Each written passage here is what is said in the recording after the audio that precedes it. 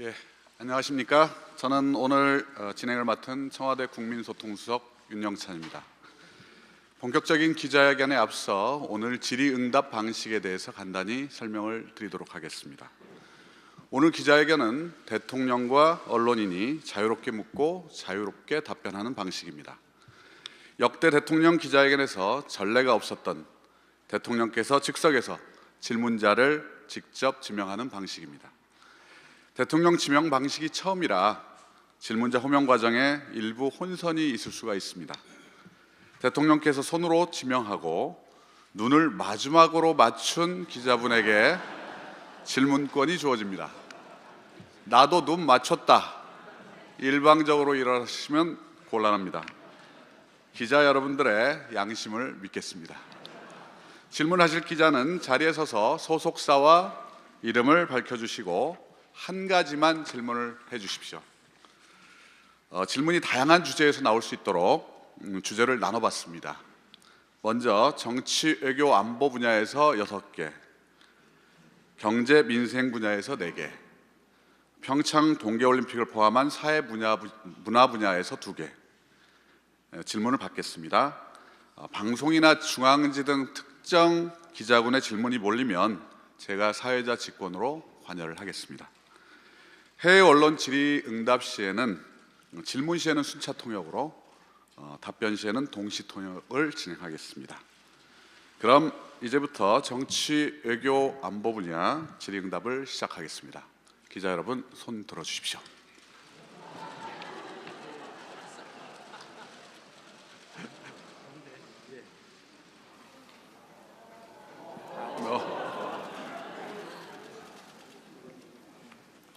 대통령님 안녕하세요. 저 뉴스원의 조소영 기자라고 합니다. 일단 이렇게 취임 첫 신년 회견을 맡게 되신 것을 축하드리고요. 제 질문은 오늘 신년사에서 상당히 다양한 분야에서 총망라해서 말씀을 주셨어요. 그럼 이제 집권 2년차 이거를 이제 구상을 해서 실현을 하시려면 야당과의 관계도 굉장히 중요할 것 같은데요. 야당과의 관계 설정을 어떻게 하실 것이고, 그리고 새해를 맞아서 영수회담을 하실 생각이 있으신지 궁금합니다.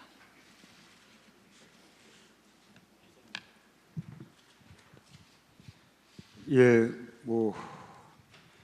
지금 우리가 여소야대 국면이기 때문에 이 개혁을 위해서는 협치를 통해서 야당과 소통하고 또 협력을 받아내는 것이 대단히 중요한 것 같습니다. 새해에도 진정성을 가지고 여러 가지 소통하고 대화를 하면서 야당과 협치해 나갈 수 있도록 최선을 다하겠습니다. 예.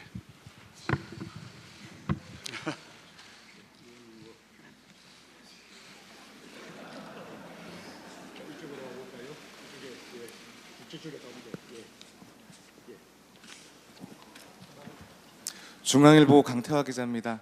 집권 2년 차의 두 번째 질문자로 지목해 주셔서 감사합니다. 남북 대화가 시작됐기 때문에 관련 질문을 안 드릴 수가 없는데, 대통령께서는 최근에 과거처럼 유약하게 대화만을 추구하지 않는다 이런 말씀을 하셨습니다.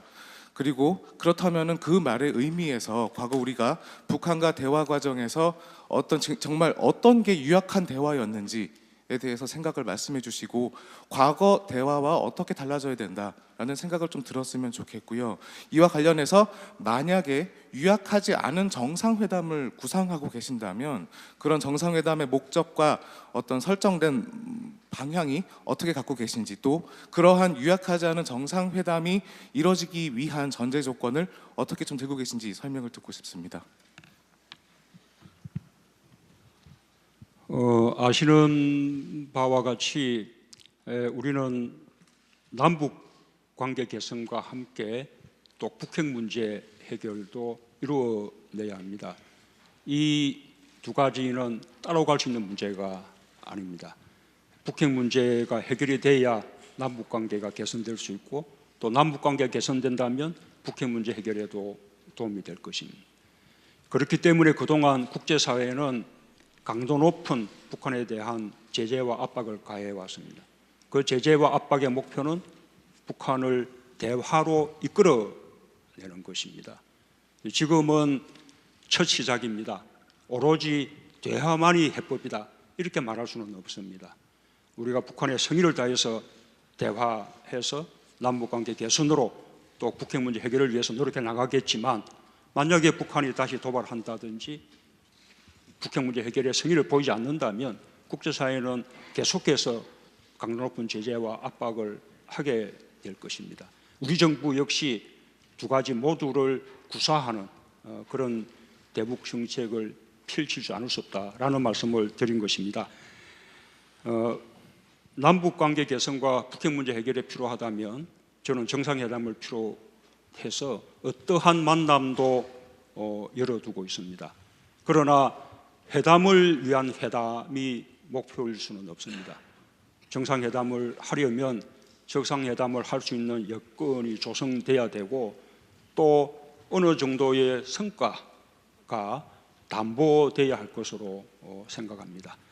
그런 여건이 갖춰지고 전망이 선다면 언제든지 정상회담에 응할 용의가 있습니다.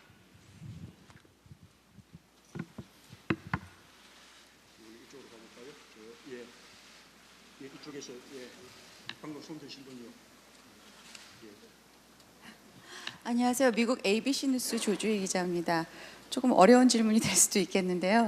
이게 미국은 한국에 가장 가까운 동맹 국가고 또 북한은 한국의 형제 국가 아닙니까? 근데 미국 간 지금 양보 없는 대치 상황 속에서 이전에는 한국이 위협받는 상황에서 미국이 한국을 도와주는 그런 포지셔닝이었다면, 이제는 북한이 직접 미국을 겨냥하며 협박할 수 있는 그런 시대가 왔습니다. 근데 이게 양자택일을 할 수 있는 문제인지 모르겠지만 일부 미국인들 사이에서는 미북 간 갈등 상황이 일어나면 한국은 어떻게 포지셔닝을 할 건지 궁금해하는 미국인들이 꽤 많습니다. 거기에 대해서 대통령께서 어떻게 생각하시는지 한 말씀 해주시죠. 저는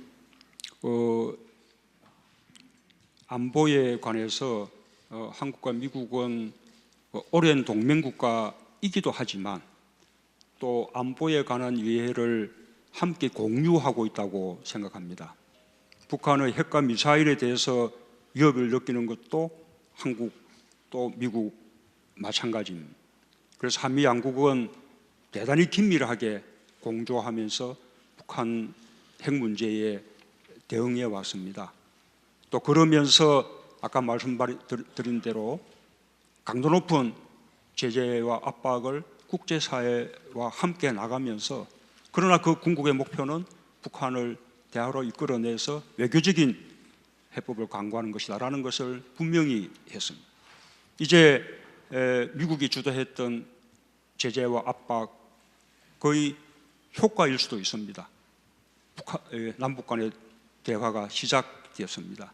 이 대화를 남북관계 개선의 계기로 삼고 나아가서는 또 북핵 문제를 대화를 통해서 해결하는 그런 계기로 이렇게 발전시켜 나가려고 합니다.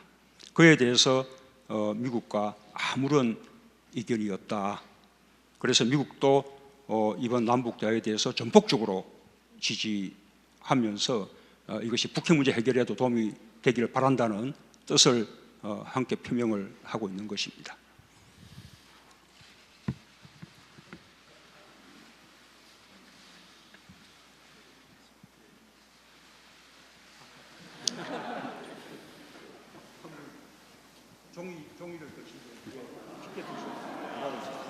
네, 종이 드신 네, 충청 대표 언론 디트니스 24의 유재민 기자입니다. 대통령께서는 그 지방 소멸이라는 단어를 들어보셨습니까? 지방 소멸이요. 지방 네, 소멸. 수도권 집중화로 인해서 그 지방의 인구가 감소하고 일자리가 줄어드는 그 위기 속에서 나오고 있는 말인데요. 그래서 그 지방분권 개헌을 하자는 건데요. 지방분권 개헌을 한다고 하더라도 모든 문제들을 다 해소할 수는 없다고 생각합니다. 그래서 그 대안으로 나오는 것들이 이제 권역 정부라든가 아니면 압축 도시 이런 것들이 대안으로 제시가 되기도 하는데, 지방이 골고루 잘 살 수 있는 지방 분권 어떻게 가야 될지 여쭙겠습니다.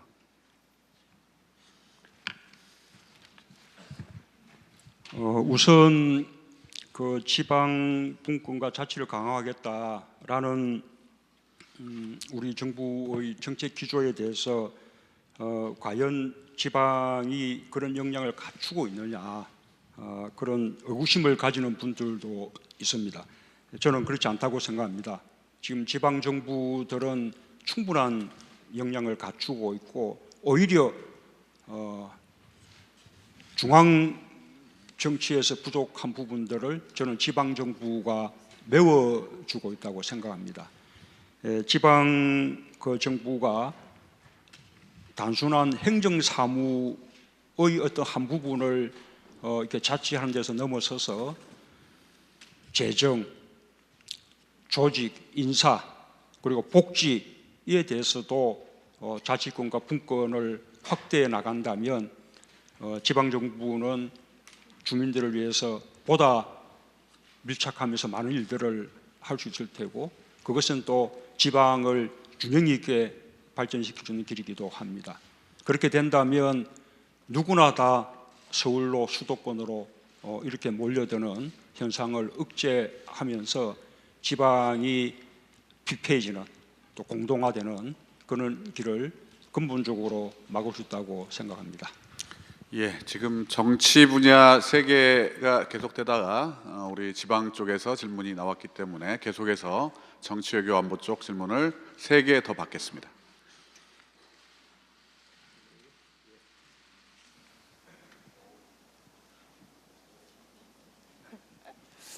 TV조선 최지연이라고 합니다.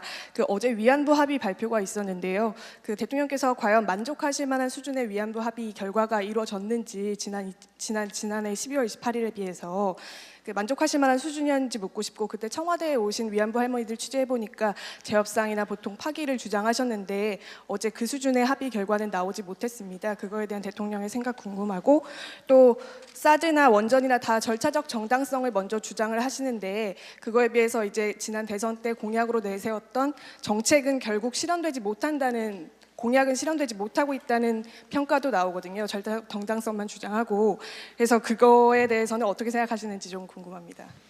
질문을 하나만 선택해 주시면 됩니다. 하나만 선택해서 다시 한번 해주시기 바랍니다. 그럼 대통령의 선택에 맡기겠습니다. 아까 위안부 할머니들 문제에 대해서는 질문의 요지가 무엇인지요? 어제 위안부 할머니들이 만족할 만한 수준의 위안부 합의 결과가 나오지 않은 것 같아서요. 대통령께서는 만족할 만한 수준이셨는지 그리고 재협상이나 파기는 불가능하다는 입장을 천명하셨는데 어떤 과정을 통해서 그런 결과를 도출해내신 건지 궁금합니다. 예, 만족할 수 있겠습니까? 이 상대가 있는 일이고 외교적인 문제이고 또 이미 앞에 정부에서 양국 간의 공식적인 합의를 했던 그런 일이기 때문에 우리가 충분히 만족할 수 없다 하더라도 현실적으로 최선인 그런 방법을 찾아내야 되는 것이죠. 그런 방안을 이 정부가 발표한 것이었다고 생각합니다. 기존의 합의에 대해서 이렇게 받아들이기 어렵다고 한다면 왜 파기하고 재협상을 요구하지 않는 것이냐 그런 이제 질문을 할 수 있겠습니다. 그러나 저는 기본적으로 이 위안부 문제는 진실과 정의의 원칙에 의해서 해결될 수밖에 없다고 생각합니다.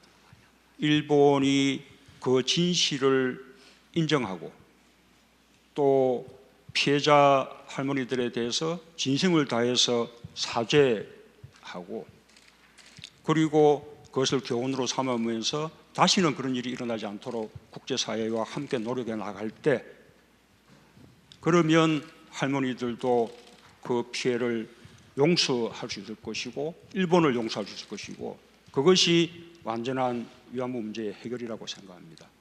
그렇게 해결돼야 하는 것이지 정부와 정부 간에 피해자를 배제한 채 조건과 조건을 주고받는 방식으로 해결될 수 있는 문제가 아니라고 생각합니다. 지난 정부에서 양 정부가 그런 식으로 서로의 요구 조건을 주고받는 방식으로 피해자들을 배제한 가운데 문제 해결을 도모한 것 자체가 잘못된 방식이었던 것이죠. 우리는 일본에 대해서 위안부 문제의 말하자면 진실과 정의라는 원칙에 입각한 해결을 촉구할 것입니다. 그러나 그것은 우리가 기존의 합의를 파기하고 재협상을 요구함으로써 해결할 수 있는 문제는 아니다라고 생각하는 것입니다. 예, 우리 기자 여러분 질문은 우리 처음 약속대로 한 가지씩만 해주시기 바랍니다. 예, 다음 질문 이어가겠습니다. 맨 끝에 예, 광남일보의 맹인섭입니다. 정치적인 질문 한 가지 올리겠습니다. 앞서 회견문에서도 말씀하셨듯이 6월 지방선거 관련해서 개헌을 말씀하셨습니다. 지금 우리 앞에는 지방분권 개헌 문제와 국가 균형 발전이라는 화두가 앞에 놓여 있습니다. 요즘 여론조사도 한창인데요. 지금 문재인 정부 앞에 지방분권 개헌과 지역 균형 발전이 두 마리 토끼를 함께 잡아야 되는 일정이 상당히 빡세 보입니다. 그것과 관련해서 단도직입적으로 여쭤보겠습니다. 개헌 방식 중에 대통령 4년 중임제, 분권형 대통령제, 총리와 대통령이 권한을 나눠받는 분권형 대통령제, 의원 내각제, 앞으로 빡센 일정을 전제로 해서 대통령께서는 어느 형태를 선호하시는지요? 저는 과거 대선 기간 때부터 제 개인적으로는 대통령 4년 중임제가 가장 바람직한 어떤 방안이라고 생각한다는 것을 말씀드린 바 있습니다. 아마 국민들께서도 가장 지지하는 방안이 아닌가 생각합니다. 다만 그러나 저는 제 개인 소신을 주장할 생각이 없습니다. 개헌을 할 수 있어야 되기 때문에 개헌안에 대해서는 국회의 3분의 2 찬성을 받을 수 있어야 하고 또 국민투표에서 통과돼야 합니다. 그래서 국회가 동의하고 또 국민들이 지지할 수 있는 그런 어떤 채소 부모들을 찾아내는 것이 필요하다고 생각합니다. 그런 어떤 채소 부모 속에 지방분권 개헌은 너무나 당연하다고 생각하고요. 또 국민들의 기본권을 확대하는 개헌도 저는 당연한 일이라고 생각합니다. 중앙 권력 구조를 어떻게 개편할 것인가라는 부분은 말하자면 많은 의견들이 있을 수 있는 그런 부분입니다. 그 부분에 대해서는 가장 지지받을 수 있는 방안을 찾아낼 수밖에 없는 것이고 만약에 그 부분에 대해서 하나의 합의를 이뤄낼 수 없다면 그 부분에 대해서는 또 개헌을 다음으로 미루는 그런 방안도 생각해야 할 것이라고 생각합니다. 어떤 선에서 우리가 합의를 이룰 수 있을 것인지 국회와 긴밀하게 더 협의해 나가겠습니다. 예, 정치 외교 안보 분야 일단 1라운드 마지막 질문입니다.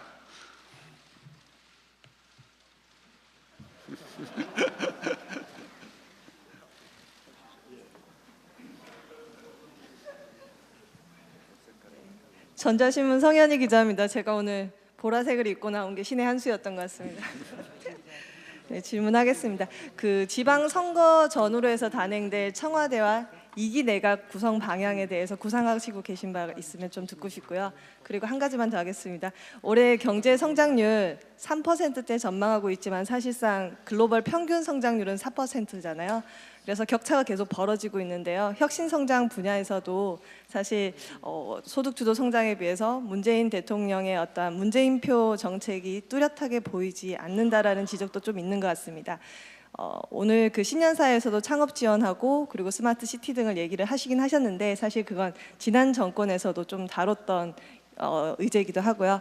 그래서 혹시 장기적으로 좀 대한민국의 성장을 동인해 나갈 구체적인 묘안이 있으신지 궁금합니다. 예, 뭐 그 부분은 저보다 우리 정책실장께서 답변하셔야겠는데 우선 앞에 성장률 부분을 이야기하자면 이제는 우리가 이 상당한 이 경제 성장을 이미 이룬 상태이기 때문에 지속적으로 고도 성장을 해 나가기는 어렵다고 생각합니다. 이 세계 평균 성장률이 우리의 목표가 될 수는 없는 것이고요. 우리가 이제 OECD 국가들 가운데서 우리가 상위권의 성장률을 유지할 수 있다면 저는 그것은 뭐 만족할 수 있다고 생각합니다. 이제는 2% 또는 3%대의 성장을 말하자면 우리의 새로운 어떤 그 노멀한 상태로 받아들여야 하지 않을까 생각하고요. 우리의 잠재 성장률을 최대한 높여서 실제 성장률을 잠재 성장률과 부합하게 만드는 것이 목표라고 생각합니다. 그렇게 본다면 우리 지난해에는 지금 3.2% 정도 성장률을 이루었을 것이라고 지금 잠정적으로 판단하고 있는데 새해에도 3% 정도 성장은 지속할 수 있지 않을까 그렇게 생각합니다. 그리고 앞으로 계속해서 성장해 나갈 수 있는 뭐 산업 정책 이 부분은 우리 정책실장님 설명 하시겠습니까?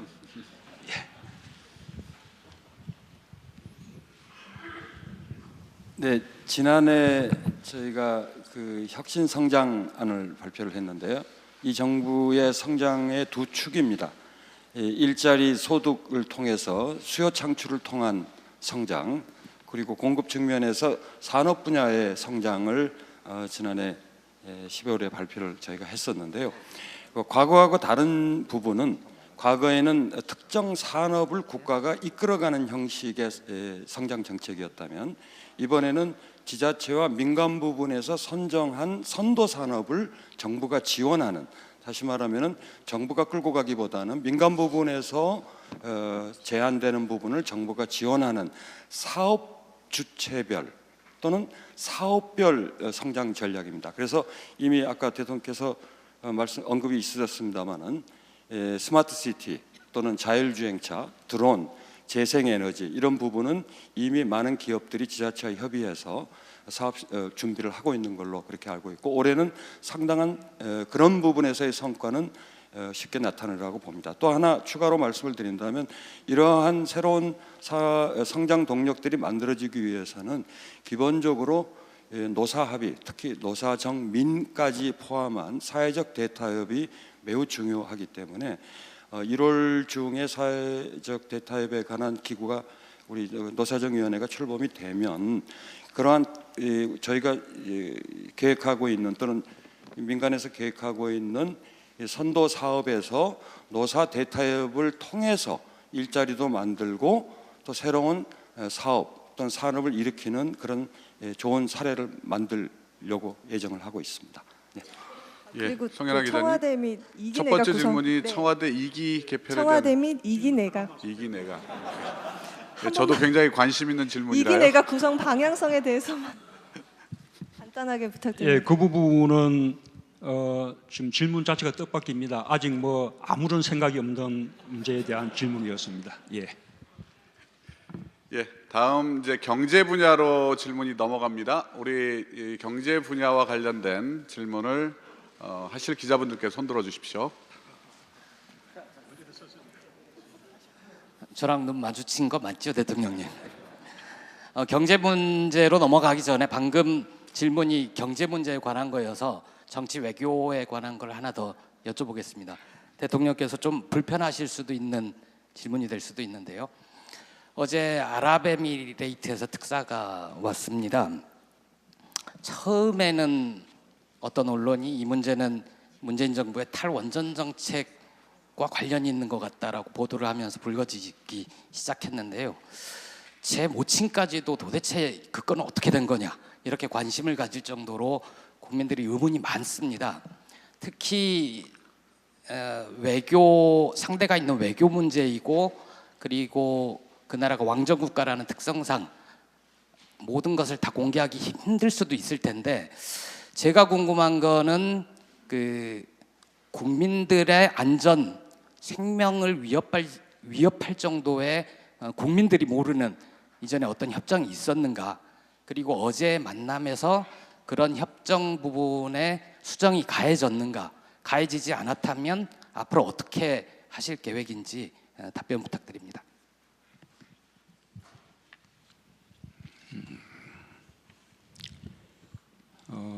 UAE와 우리나라 간에 노무현 정부 때부터 시작해서 이명박 정부, 박근혜 정부 이어서 군사 협력에 관한 여러 건의 협정과 MOU가 체결되었습니다. 그러나 그 가운데 공개된 것은 노무현 정부 때 체결됐던 군사에 관한 협정뿐이었고, 이명박 박근혜 정부에 있었던 여러 건의 협정이나 MOU들은 전혀 공개되지 않았습니다. 그리고 그때 정부가 공개하지 않는 이유에 대해서는 상대국인 아랍에미리트 측에서 공개가 되지 않기를 바라고 있다라는 것이 그 비공개 이유였습니다. 뭐 그런 상황은 뭐 지금도 계속되고 있다고 생각합니다. 기본적으로 저는 이 외교 관계도 최대한 투명하게 이루어져야 한다고 생각하지만, 또 앞에 정부에서 양국 간에 공개하지 않기로 그렇게 또 그 합의를 했다면 그 점에 대해서도 존중할 필요가 있다고 생각합니다. 다만 그 공개되지 아니한 협정이나 MOU의 내용 속에 좀 흠결이 있을 수 있다면 그런 부분들은 앞으로 시간을 두고 UAE 측과 이렇게 수정하거나 보완하는 문제를 협의해 나가겠습니다. 그리고 적절한 시기가 된다면 공개할 수 있을 것이라고 그렇게 생각합니다. 예, 다음 경제 분야 다시 질문을 받겠습니다. 손 들어주십시오. 방금 바로 옆자리, 아까 제가 그렇게 지목을 하고 했는데 우리 김보영 기자가 문제를 쓰셨습니다. 예, 반갑습니다. 머니투데이 김성희 기자입니다. 제가 100일 회견 때도 질문 드리고 이렇게 두 번째 질문 기회 갖게 돼서 영광입니다. 그 경제 분야로 국한을 하다 보니까 저도 좀 무거울 수도 있는 질문을 드리게 되는데, 최저임금 인상 문제입니다. 물론 10년 사이도 언급을 하셨지만 이 최저임금 인상은 뭐 후폭풍이라고 할 정도로 이제 영향이 좀 있는 것 같고요. 또 단순히 최저임금에 국한하는 게 아니고 그 노동시간 단축 말씀하신 것과도 다 연계되어 있는 그런 문제라고 생각합니다. 이 노동시간 단축과 과로사회 극복은 하려고 하다 보면 이 자영업자들은 오히려 더 과로하게 되고 정시퇴근을 못하게 되는 이런 문제도 생기고 있는 것 같아서 거기에 대한 대책 있으시면 말씀 부탁드립니다. 우선 최저임금 인상이 그 일자리를 줄일 것이다 라는 그 염려들이 있습니다. 그러나 우리나라도 최저임금 두 자릿수 인상이 처음이 아닙니다. 과거에 여러 번 있었던 일이고요. 외국의 경우에도 최저임금을 새로 도입하거나 또 대폭 올리는 그런 일들이 있었는데, 그럴 때마다 고용과의 그 어떤 그 상관관계가 늘 논의가 되곤 합니다. 우리 국내의 과거 전례도 그렇고 또 외국의 연구 결과도 그렇고, 그것이 일시적으로 또 일부 한계 기업들의 고용을 줄일 가능성은 있지만, 그러나 정착되면 오히려 경제가 살아나면서 일자리가 늘어난다라는 것이 대체로 경향인 것으로 보입니다. 지금 금년에 상당히 높은 최저임금 인상이 이루어졌기 때문에 지금 우리 1월 달에 그에 대한 다소 뭐 혼란스러운 일이라든지 걱정들이 있을 수 있을 것 같습니다. 여러 가지 한계 기업들, 특히 이 아파트 경비원이라든지 또 청소하는 분들이라든지 이런 어떤 취약계층 쪽의 고용들을 좀 위협받을 그런 이제 소지가 있다고 봅니다. 그런 부분에 대해서는 우리 청와대부터 직접 점검해 나가면서 최선을 다해서 그런 일이 발생하지 않도록 그렇게 노력해 나갈 것입니다. 이 자영업자들이나 소상공인들의 부담에 대해서는 정부가 이미 대책을 마련했습니다. 일자리 안정자금 3조 원을 예산으로 확보해서 고용보험으로 들어오기만 하면 증가되는 인가만큼 정부가 직접 지원을 해주고 또 고용보험에 들어올 경우에 4대 보험료를 또 지원해주고 또 이 4대 보험료에 대해서 세액공제 혜택도 주고 그래서 이 정부가 만들어 놓은 대책을 이 소상공인들과 자영업자들이 이용하기만 하면 저는 문제가 없다고 봅니다. 다만 여전히 정부의 지원 대책에도 불구하고 이 사회보험의 바깥에 머무는 노동자들을 어떻게 할 것인가라는 것이 이제 과제이고 그분들이 저희도 걱정하는 바인데 하여튼 그 점에 대해서 우리 청와대와 정부가 최선을 다해서 그분들이 제도권 속에 들어와서 지원을 받을 수 있도록 노력해 나가겠습니다.